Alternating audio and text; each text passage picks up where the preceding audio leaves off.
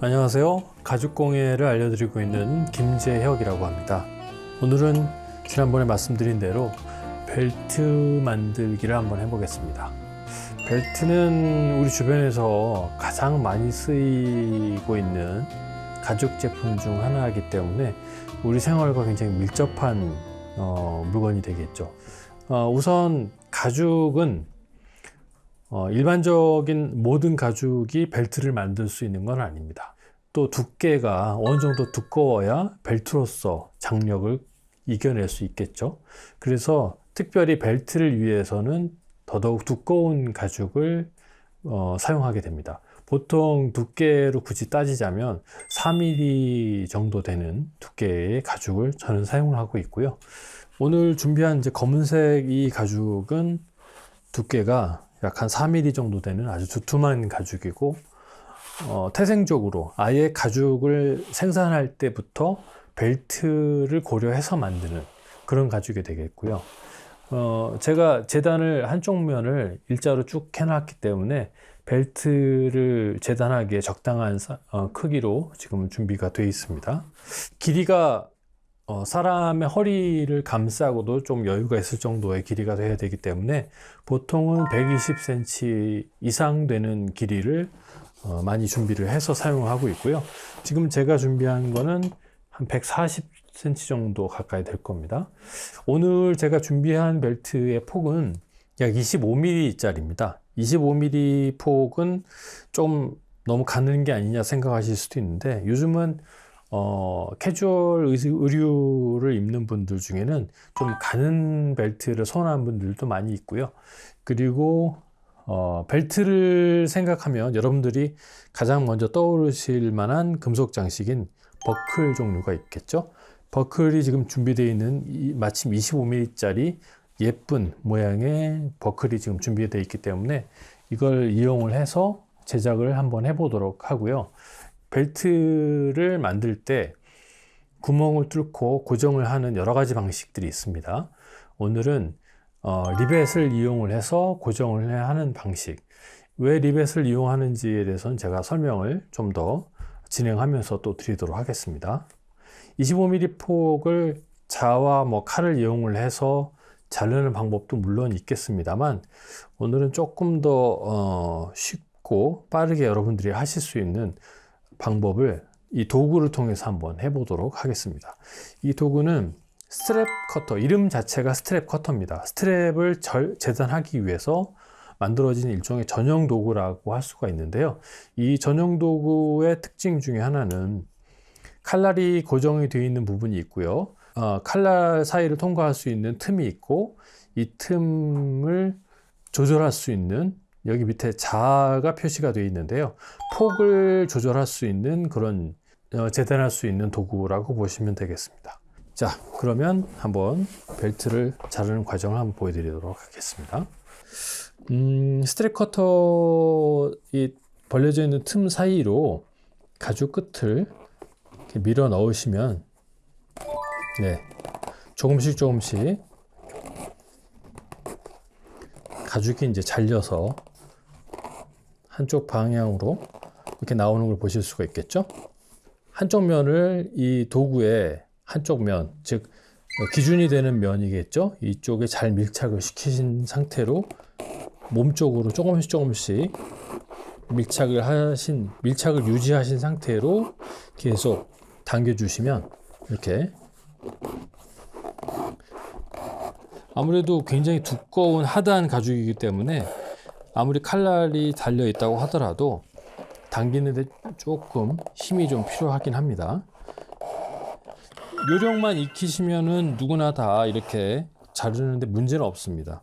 자, 이렇게 스트랩을 재단한 다음에 거친 단면들을 이제 마감을 먼저 한 다음에 버클이 위치할 부분에 자리를 결정을 하고 버클이 부착이 될 수 있도록 고정장치를 연결하는 그런 과정이 남아있게 되겠습니다. 자, 벨트의 끝 모서리를 다듬는 방법은 엣지 비벨러라는 이 모서리의 날카로운 부분을 좀 깎을 수 있는 도구를 이용을 해서 마감을 1차 해주고 그 다음에 단면 마감재를 사용하는 방법도 있을 수 있겠습니다. 가죽 벨트이지만 표면에 가죽을 사용을 하고 내부에는 다른 소재의 심재, 즉 바지의 부분, 안 내부의 천에 닿는 부분을 또 깔끔하게 또 매끈하게 처리하는 다른 또 뭐 소재를 댄다든지 3중, 4중 구조로 구성을 해서 접합을 하거나 봉제를 하고 그것을 측면에 또 마감재를 바르고 여러 가지 가공 방법을 동원해서 만들어지는 벨트들도 많이 있습니다. 기성 벨트 중에는 그런 복잡한 구조를 갖고 있는 게 의외로 많이 있고요. 아마 여러분들도 주변에서 그런 아마 벨트들을 많이 경험하셨을 겁니다. 이렇게 가죽 끝을 좀 소위 말해서 좀 날려주면, 깎아서 없애주면 단면 마감재를 그냥 발랐을 때보다 훨씬 더 곡선을 부드럽게 만들 수가 있겠죠. 자, 이렇게 모서리 네 군데를 모두 깎아서 마감을 일단 했습니다. 말씀드린 대로 이제는 단면 마감재를 발라서 문질러서 그 거친 면을 좀 다듬도록 하겠습니다.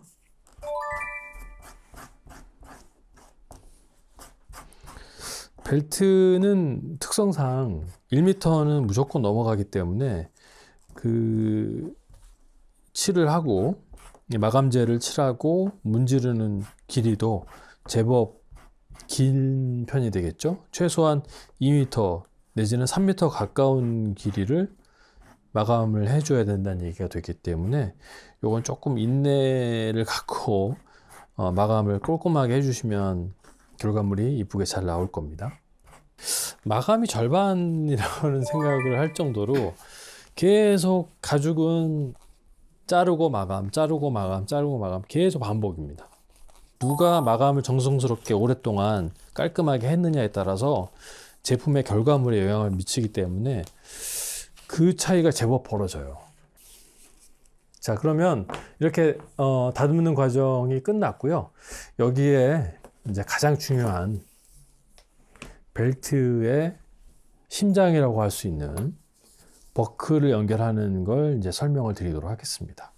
이 벨트 버클이 고정되는 어떤 규칙 같은 게 있습니다. 그 규칙은 뭐냐면 벨트는 기본적으로 가운데 벨트 촉이라는 부품이 있어요. 이 벨트의 촉은 벨트의 전체 기능을 다 담당하고 있다라고 봐도 무방할 정도로 중요한 부품 중에 하나인데요.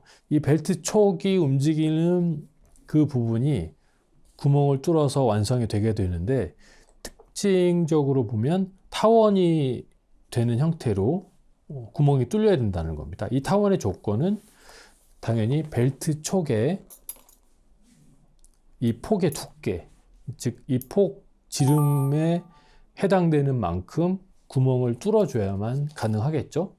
지금 이 종이에 표시된 형태가 고정장치와 버클의 위치를 다 계산해 넣은 겁니다. 송곳을 이용을 해서 지금 빨갛게 표시되어 있는 이 간격대로 구멍의 위치를 표시해 줄 겁니다.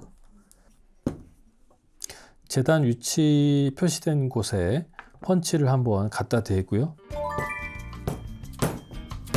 펀치를 좀 세게 두드려서 구멍을 뚫어 주시면 되겠습니다.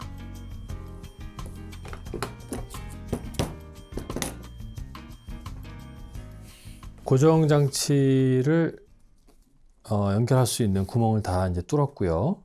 자, 이 상태에서 버클을 이제 끼워 주고요. 촉을 먼저 끼워 주고, 네.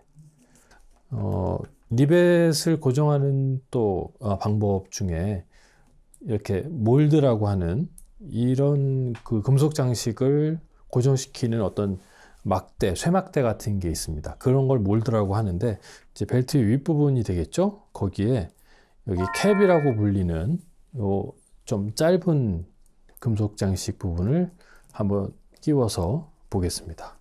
뒷부분에는 반대쪽으로 발이라고 불리는 긴 금속이 달려있는 이 부분을 1대1로 맞춰서 끼워 넣게 되겠죠.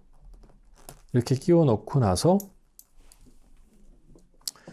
지금 준비된 프레스에 이 윗부분의 몰드에 가운데 잘 맞도록 네, 하신 다음에 이렇게 프레스 눌러서 네, 고정을 하시면 되겠습니다.